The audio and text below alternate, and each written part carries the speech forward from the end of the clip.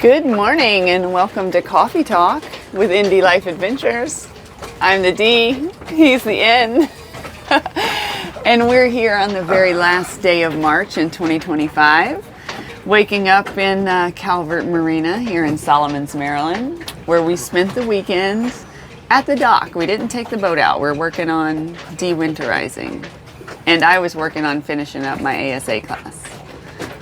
But yeah. So, Coffee Talk.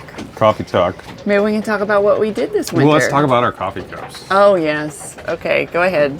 These are a special... Talk about your coffee cup. Special gift from Nick. I didn't realize we needed new coffee cups, but we've become obsessed with our Nespresso machine ever since getting back from Japan.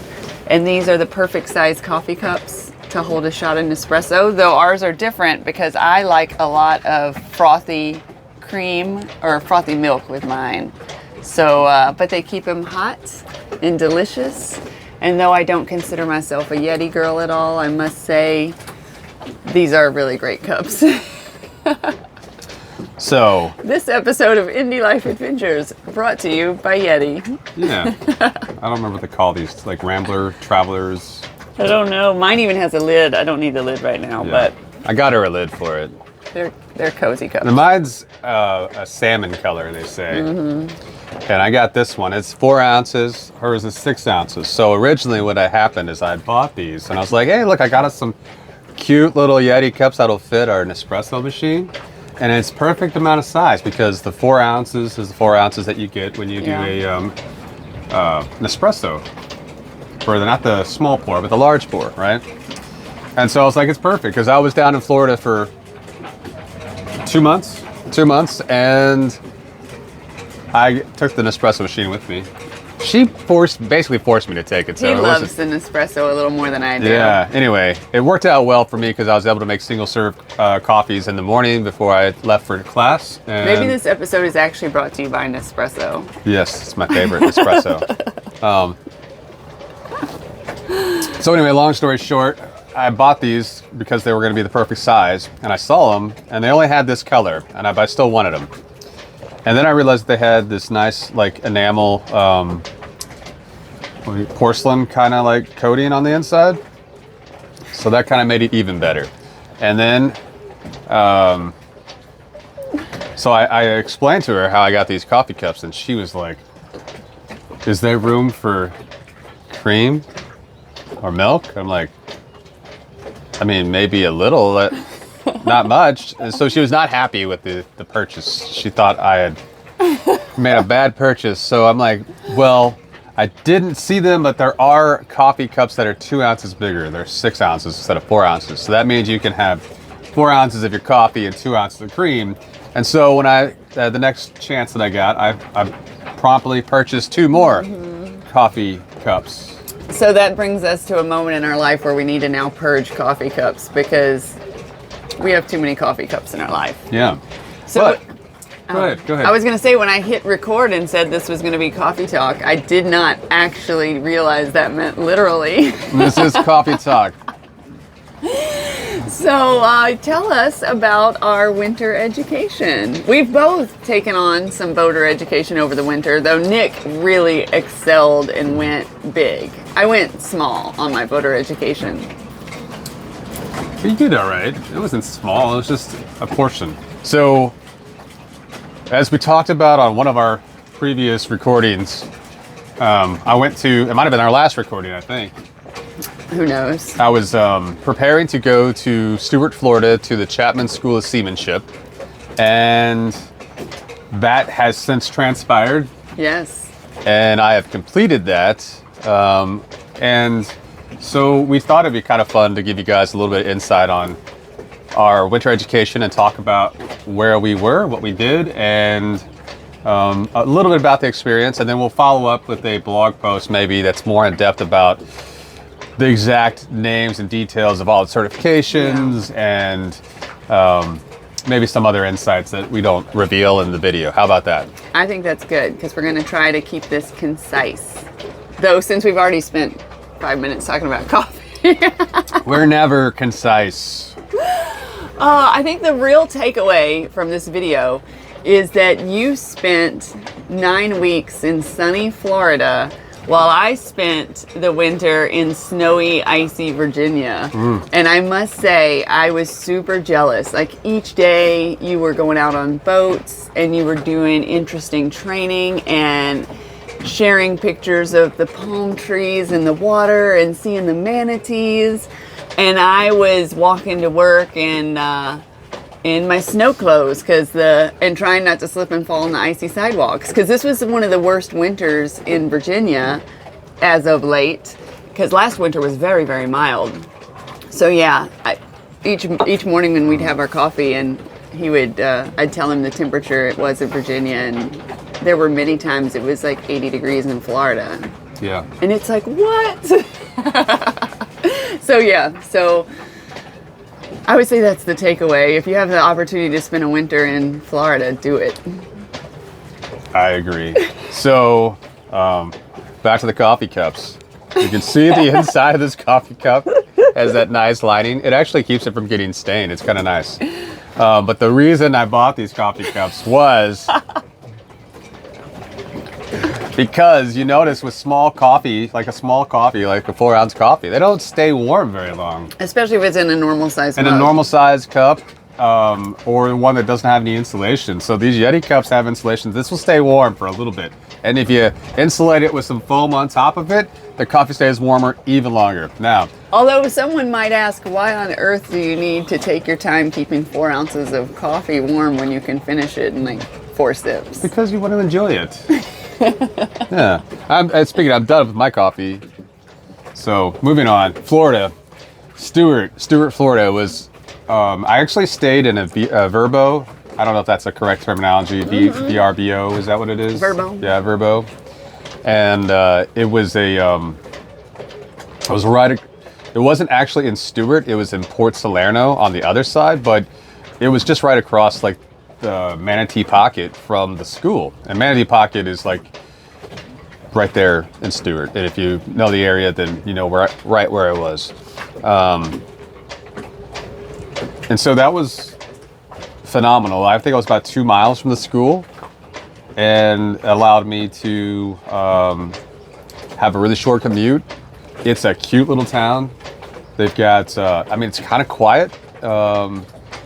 It's not hustle and bustle, but if you get over on the main road, they got all the needs that you might have, everything from, all your fast food needs, all your restaurant needs, all your shopping and grocery needs are well within the area. What all did you learn at the school? Well, the school? Yeah. I don't want to talk about the school yet. I want to talk about the area. Okay, go ahead, continue. Enjoying Florida. Continue. No, I'll talk about the school. All right. So, but the school program that I took at Chapman's was the Professional Mariners course. And it is pretty much that. It's kind of a consolidated course of a bunch of other courses that they offer into one giant course. Yeah. Because it almost seemed like you were getting a different certification every week almost. And when you came home, you had such a stack of certificates. Some multiple certifications in the same, multiple certifications in 1 week at a time. It was kind of fast paced at first. But it was like, what would I say? It's kind of, it's like a tech school. I would liken it more to a technical school, where you have certain trades within the maritime industries to include. Now, I didn't take all these courses, but they offer them. They have a Yamaha technician course there, which is certified, and that gets people certified as technicians with Yamaha, I believe, for their outboard engines. That'd be a good one to take. Yeah, I'm actually kind of considering going back down there for that one, as well as they have a maritime surveying course, and obviously that's like the step into surveying. It's not going to get you certified through SAMs, you have an apprenticeship and stuff like that you have to go through. But if you're looking to get into it, that's a great place to start because they have all the tools and the instruction there to get you up to speed where you need to be. And then, of course, the professional mariners training, and then they have some like private lessons. They've also got some other things that the course offers, or the school offers. But I won't go into depth in all that, but I'm just saying it's like a technical school. And so while you're there, other courses are there as well, depending on the time of year and their course schedules. So they're kind of intermingled. It's a small campus. It's actually an old like fish camp, I believe, that was donated to the school back maybe in the 70s or 80s. And they really started kind of as a place where they would underprivileged youth to kind of get them into like, you know, sailing and things of that nature. And then it kind of spurred from there. And if you look out there, you'll find there's actually a Chapman's book on seamanship and sailing. Which was the first book Dad recommended we read whenever we were getting into sailing. He's like, you got to read the Chapman's book of seamanship. Yep. Yeah. And then the longer that I still haven't read it. It's huge. It's a massive book. And I flipped through a few chapters, but they gave you an edition of that book. And Same y'all edition, studied it, right? Was there parts of chapters you were tested on? Yeah. Yeah. And some of it was taken out of the book and then, you know, built into the, you know, different lessons, but most of the education came kind of from that area. So now I will say, because they've taken a lot of the material and they've turned it into PowerPoint slides and stuff like that, and then they hand it out to you in that slide format. There's a lot of it that you don't even necessarily get into the book for, but it's always there for reference. Yeah. And it's good to use that book for reference because there's things that I know that there was other students that were struggling on some of the course material, and they're like, hey, you know, I opened the book the other night and I was reading through there and it was answering questions that I was really struggling with. So, and that's kind of, you know, par for how the course went. You had your study material, your guides that, you know, you were basically the layout of the course, but then we had mounds of books for reference material that I came home with, you know, that we could reference to get additional information. So independent study was super important, especially if you weren't picking up the course material throughout the day. So, but it was 8, you know, 5. What did I get there? 8 o'clock in the morning until 4 to 5 o'clock in the afternoon at times. And overall, so the days were pretty packed. And we had one Sunday that was scheduled in, or Saturday that was scheduled in there due to constraints for their the way the course was written, because they are audited and it's an accredited program through the United States Coast Guard as well. So they have certain parameters they have to meet and class times that they have to hit. And so they had to add Saturday study into it as well, for at least for one day. Independent study was really kind of a key thing for a lot of people. Class size is small. We had like 15 people. And what would you say their objectives for taking the class were? Because I know your objectives are a little different. You know, the GI Bill covered the course. You've got some free time. We're wanting to learn as much as we can so that when we live aboard, we're safe. So what were some of the motivations of your classmates? So that was really interesting. Day one, obviously, when you go to a new place and you're meeting new people, you're always like, you're wondering, what in the world am I getting myself into, right? I just signed up for 2 months of this, and then you get to this campus and you're like, okay. You walk into your class and you're like waiting for other people to get there. And of course, people start to show up, and then you're in a new place with new people. It's you know, it's like first day of class at a new school or a new job or whatever. And we started meeting people, you know, everybody's there kind of nervous energy, excited to kind of get started on this training. And but once you start really kind of looking around, I I mean, I would call them kids. They weren't kids. They're kids to me because they're about the same age as my kids, our kids. Yeah. And but all guys that were older than me. Some were veterans, like myself, recently retired. Some had various other jobs that they were looking at. So most of what I saw was actually interesting. Was the younger kids were the ones that were looking at trying to find something to do with their life, get into the maritime industry, and in some way or another. And the gentlemen and person, the other people, the classmates that were like myself, that retired veterans, were probably, I think they were mostly just looking to get additional skills and training in certain areas, which the course, I'm not gonna say didn't provide, but I think it was not necessarily everything that everybody thought it would be, right? What was a shortcoming you can think of? Shortcomings, I mean, it's not really that it's a shortcoming, but I think some individuals wanted more boat handling time.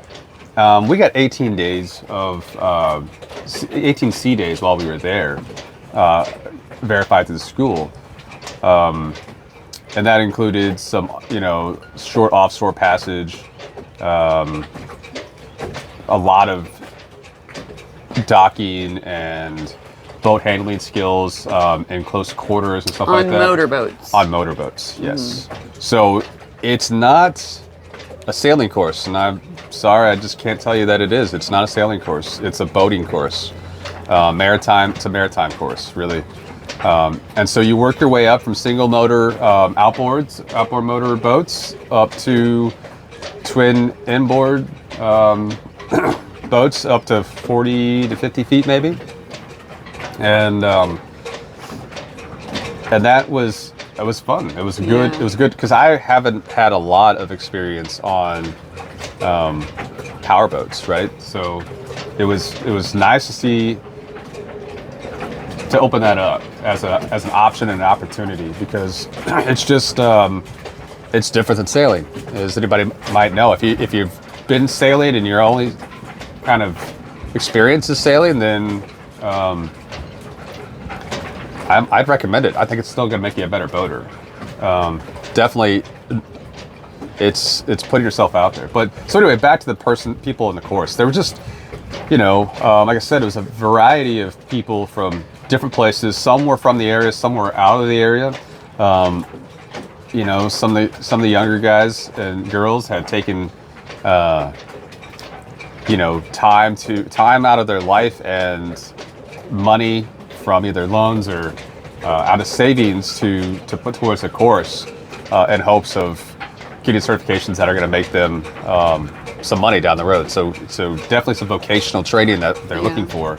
And I think the course can do that. And it also it opens up some doors in that sense, because the schoolhouse itself has so many people that have gone through there that you can kind of start building a network with the instructors and the classmates that you go with, because some of these guys are starting out. And I know one of the younger guys that was one of my desk mates.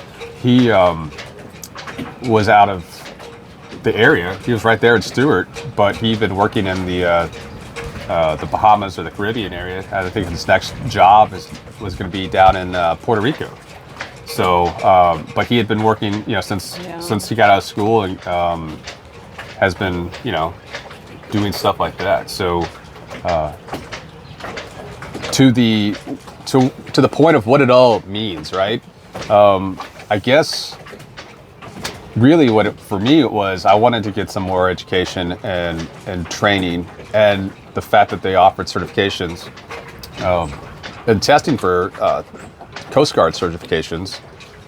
I thought it was kind of cool, and if I had the opportunity to use some of my educational benefits for that, then I really wanted to do that. And so that was among the veterans, I think that was the bigger part of it, because it was available and they could utilize their benefits to get that education. Which is awesome, because the benefit utilization was phenomenal, because not only did the GI Bill pay for the course, but it also paid for your lodging while you were there. Yeah. So essentially you got to go for 9 weeks to Florida, and it was all covered just through the VA benefits that you earn. So I was so excited that there were options like that it wasn't just degrees that are paid for, but because you've already gotten your degrees. So it's nice to see that it'll also pay for skills that are just fun. Right. And so to give you an idea, into the course, like week one is kind of like, I would say shock, but if you're like me and you've been retired for a year or a couple years, and then I've taken a week or a year off. Basically, it was a year, almost a year to the date. That I had just been kind of, I don't know what you would say. Retired. Yeah. Yeah, retired. You had graduated to retirement. Yeah. And like so full, complete retirement. Yeah. But that was, so after a year of that, then going back into something a little bit more structured was interesting. And then it was all kind of, the first week is your STCW, and I can't tell you what exactly that acronym stands for. Wasn't that the life or the drown proofing? It's the basic training. STCW is like the basic training for your internationally recognized certifications for working, for being a maritime worker, whether it's on like a cruise ship or, some private yacht or something like that. That's like your basic thing. So like I did firefighting. I did basic firefighting up at Port Canaveral. So we actually got to do some, throw on some bunker gear and do some firefighting, get certified in that. And you did the training in the pool. We did our water survival training. So you got to throw in the immersion suits and do lifeboat training. Now, it was just like the life raft. It wasn't actually lifeboats. But we have to do that. And then, then it was firefighting school. So the firefighting school took up a big portion of that first week, like 2 or 3 days. And then there's other certifications, you kind of get along the way, like you get you certified with your Florida boating license. That kind of gets you kind of covered through the school as an operator. And then marine radio operator course gets knocked out pretty quick. And then once you knock out your STCW basic training, essentially, you do another course with the STCW. It's like your security awareness thing. It's it's kind of like basically just an understanding of security and how that works in the maritime industry. It's very much and very similar to military stuff. So for military guys, it's like the same stuff, only very basic, Yeah. And you can get more advanced stuff for that, which would qualify you for different things along the way. But anyway, these are all things that you can put on your ticket, as they call it, because the culmination is, and the ultimate goal is to get certified in your OUPV and your 100-ton master mate license. And that's at the end of the training. That's the last week that you take those examinations. And everything else kind of builds up into that. But there's so much in between that you're doing. You're doing your marlin spike stuff, which is like, we're talking deckhands and ropes and knots. And you're doing your decks, stuff where you're talking about how you're tied off the docks. And we're talking about large ships and hawser ropes and things that you don't normally deal with from a smaller vessel perspective. And you can get certified, you get halfway certified, I guess you can say, in your AB, which is your able-bodied seaman. So if you, in addition to this course, then took another 2-week course, I think it's a week long lifeboat training, then when you submit your certifications to the Coast Guard, you can get your able-bodied offshore supply vehicle. I think it's OSV maybe. You can get that certification on your ticket as well. Obviously, and we talked to some people through the Merchant Marines or the, I guess, Sea Lift Command. And if maritime industry is something that you're interested in, that's probably a good way to kind of have somebody hand walk you through the process, because it's kind of already built-in structure, and you're not stuck in it. Like if you join the military, you're not stuck in it. You can, if you get a bonus or something, obviously you have to serve that or probably pay it back based off the contract. But essentially, it's a good way to start making decent money without trying to figure it out yourself. Obviously, you have to meet certain requirements and be, physically capable of serving in some of those capacities. And you do kind of have to start at the bottom. A lot of people start off, I think they said they start off as like concierge or something like that, where they're either like housekeeping and stuff like that, and they decide I want to do something different, and then they move from that and move into other positions like able-bodied seamen and stuff like that. And it's kind of a pipeline. You have to have so much sea time and stuff like that. So just remember, like, it's important to document your sea time, especially if you're not owning your own vessel or you're not, especially if you don't own your own vessel. But even if you do own your vessel, it's important to document your sea time, so that way you don't forget all the time that you've got accredited towards your days. Because that's kind of where we're at now, right? Like, you've passed the test to be licensed all the way up to a 100-ton vessel. Right. But the limiting factor is the amount of sea time on the different size vessels that then meet the need. So that'll be, and that's not so much for the OUPV. I mean, you do have to have a number of days, and I'm not going to go into that. You guys can definitely look up those requirements yourselves. But it's more for the 100-ton master mate, because you have a bigger requirement for that. And then you're also kind of looking at not just the sea days, but also where that has been. So if you are like us and spend almost basically all of our time inshore, I have very little near coastal time. And so that'll play into factor when you're getting your license reviewed by the U.S. Coast Guard, and what you can qualify for versus, and so what they're going to give you on your ticket, your captain's license, when you get that back. So, but the cool thing is that, the training is important regardless of whether or not, I mean, I got all the certifications, but maybe I still need to apply for the Coast Guard license, right? Which is a process in itself. But the education part is what I went there for, and I'm happy to say that I was able to get the information digested. Yeah, he did very well. Don't let him be too humble. You aced the test. You were very, very good at this. So I feel safer on the water since you've taken those tests, so thank you.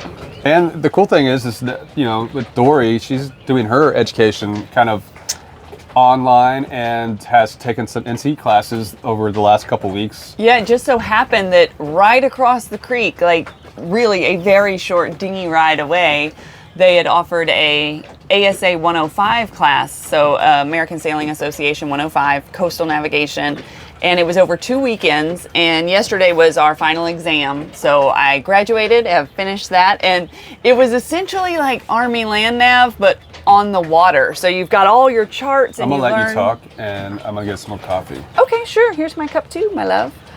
I'll see you guys in a few. You probably still hear me in the background. I have my microphone. Oh, that's right. Yeah, so you can chime in. But it was just learning how to read charts, how to chart your course, how to determine if you've gotten off course and factor in set and drift and do running fix. And it was just like real life word problems that you had to solve without using your app, And so it was where every time we've been sailing, we use Navionics, and I just have complete faith in the system. This taught you how to do it without that system. So if you ever find yourself out in the water with no electronics whatsoever, you can still figure out how to get where you need to be and avoid the hazards. And it was just a lot of fun. It felt good to understand and learn this stuff. And it's almost like a foreign language where if I don't keep practicing, I'll forget how to do it. So from talking to the instructor and a few other people, it sounds like they rely on a system of using both their electronics and also paper charts. And you do both so that you are prepared and understand, and you really analyze the terrain of where you're going before you go there, so you can anticipate where the challenges are going to be. So I thought it was a great course.